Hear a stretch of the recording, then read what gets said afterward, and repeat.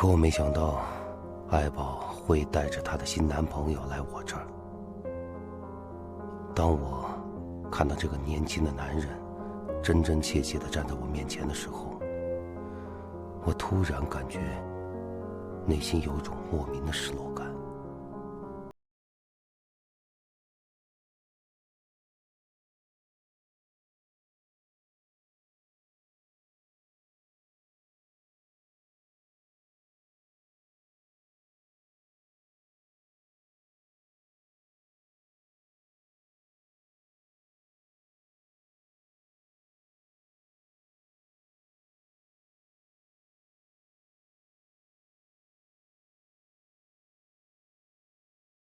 先是明星宝宝取怪名。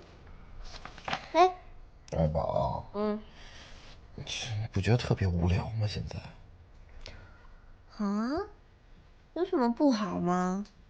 在这里有的吃，有的住，我想要吃零食的时候，还有人买给我哎。